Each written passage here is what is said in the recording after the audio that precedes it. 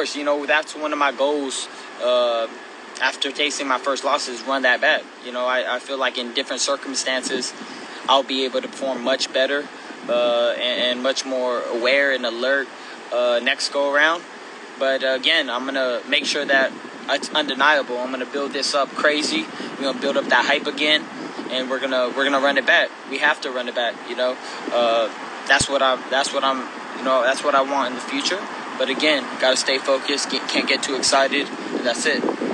Again, going back to that tank fight, because somebody asked me, the rehydration clause is tough because you don't know how your body responds when you have no water until you have no water. It's like crazy. I thought I was gonna be good, and it's not the fact that I didn't have any water. It's just like my body was felt chronically dehydrated. It's like, wow, what do I do here?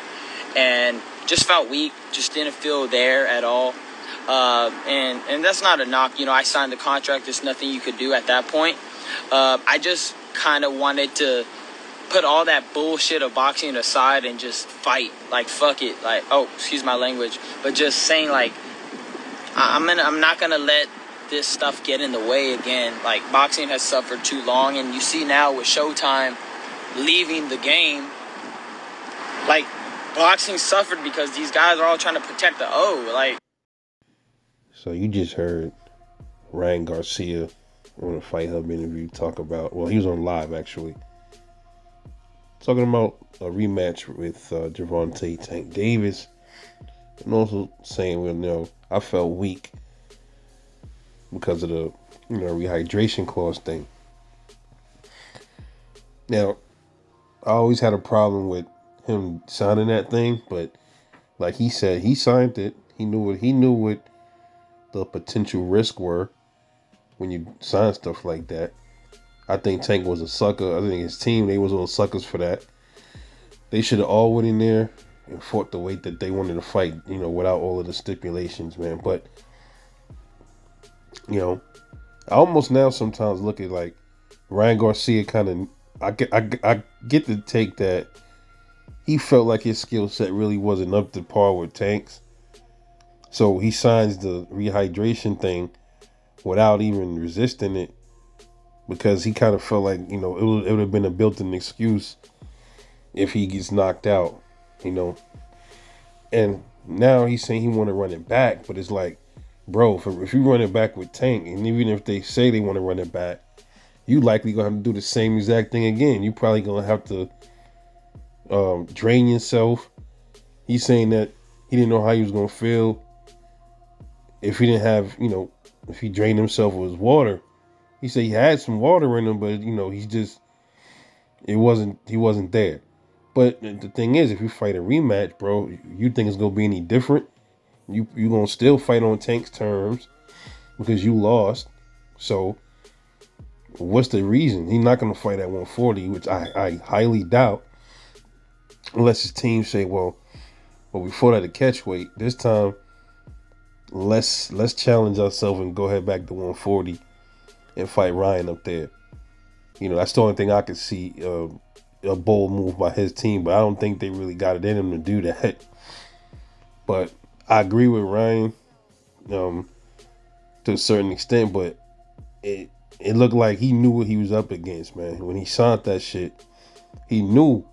I think he knew he couldn't really fuck with Tank on the skill level, but he knew that was going to be the built-in excuse to run to once. And he did it slick too, because he kind of like did it later after the fight, like months down the line.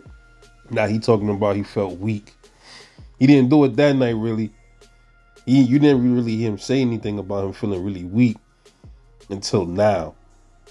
Good play by Ryan, but that was slick. I caught on to what he tried to do, but no excuses, bro. I get it, though, because you know me. I'm a real big proponent of not liking that weight draining stuff, that rehydration bullshit. And I didn't like when Tank and them did that. Oh, man, but still, bro. Tank had to come in a certain way, too. Man, fuck all that. I don't want to hear all that, man. That's excuses, man. That should have never been a thing at all. I don't care who had to come in at whatever weight. Y'all both agreed to whatever. That's what whatever y'all come in at after y'all weigh in, that's what it is, bro. You know, so hey, do I want to see a rematch? I mean, a rematch sometimes is always intriguing when you see a boxer trying to step his skill set up and try different things. When they jump into different trainers, you want to see how they can, if they can look better than what they looked in the first fight. Um, I still think, you know, the fight would probably be more competitive the second fight though, but I still think Tank will win. I think Ryan have, you know, I think Tank is like light years ahead of him. But here's the thing though, when it comes to skill set, my thing is this: the problem I always had with it is, if, like I said, I keep saying this again, and I ask the Tank fans this all the time. Look, he definitely has the better skill set than Ryan Garcia. He is supposedly, you know, arguably hits harder.